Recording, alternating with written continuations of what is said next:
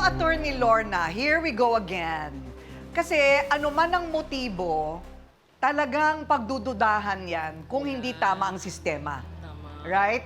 Pagdating talaga sa pera, parati nating sinasabi dito, kailangan malinaw at napagkasunduan ang magiging sistema na lahat nag-agree, transparency. So, ano ang sistema dapat ng fair na pangongolekta sa ganito kahit maliit lang na grupo? Alam mo, hindi lang problema yan sa samahan, problema sa bayan natin, ano? Tawag dyan, confidential funds. Hindi ba? Ngayon, yung mga samahan na ganyan, hindi na dapat stricto kasi samahan nga, summer vacation para sa enjoyment. Mahirap ang magbigay ng resibo ang public market, walang resibo yan.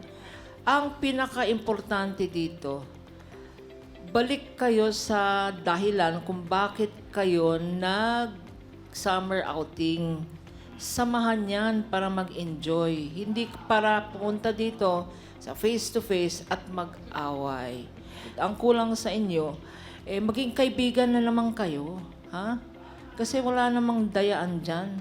Okay, Dr. Love, paano natin masisiguro ang ambagan ay nagiging paraan ng pagkakaisa at hindi ugat ng alitan?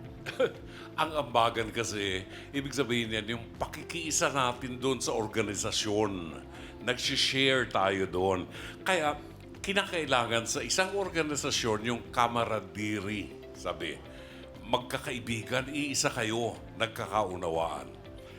I can relate to this kasi yung pamilya ko pag summer, nagre-renta kami sa Laguna ng private resort. At alam yan ng mga anak ko at mga manugang ko.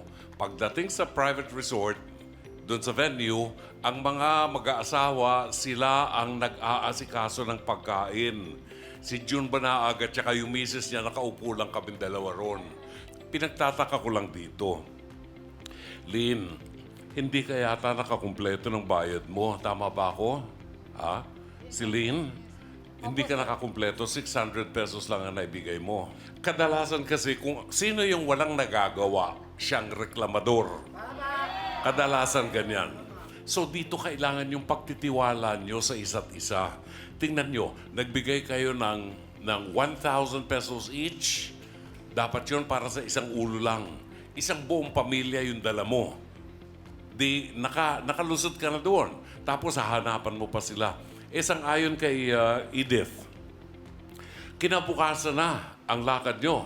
Wala pa kayong pambayad dun sa resort. Kulang pampera nyo. Kaya gumawa sila ng paraan para magsulisit. Ngayon, pagbibintangan pa sila, baka binulsan nyo yung iba. Anong aral dito? Anak, kung tayo sasama sa isang organisasyon, kilalanin natin yung mga tao at kailangan pagtiwalaan natin sila. Hindi sila dapat nagsaserve ng pagkain sa inyo kasi hindi waiter yan. Kayo ang dapat kumuha ng pagkain nyo. May pagkain. Inalat lang yun para sa pagkain kinabukasan din. Ate Corinne? Ayun. Again, sistema, no? Yung sistema. Doc Camille, kapag ang isang tao ba'y nakakadama ng trust issues tungkol sa pera, paano ba ito dapat alam mo, ang pera napakasensitibo, ha? Pag yan na ang kinwestiyon mo sa isang tao, talagang magkakapatayan kayo kung minsan, right? Apo. What is the best way to handle money issues? Siguro pagdating po sa ganito pagkakataon, Ate Corinne, sana magkaroon ng pagkakataon na ikaw nagdududa, pwede bang makasama ako dyan sa committee na yan? Para sa ganun, magkaroon tayo ng separate na accounting. Tapos at the same time, para yung check and balance, yung transparency, yung para maliwanag lahat, makikita nyo. Kung kayo nagsiswimming, maniwala kahit hindi, madali tayo maggutom. Kaya talagang gumagawa ng paraan na tinatabi natin ibang pagkain dahil kung hindi, ubus yan sa isang kainan. Yun lang po. May closure!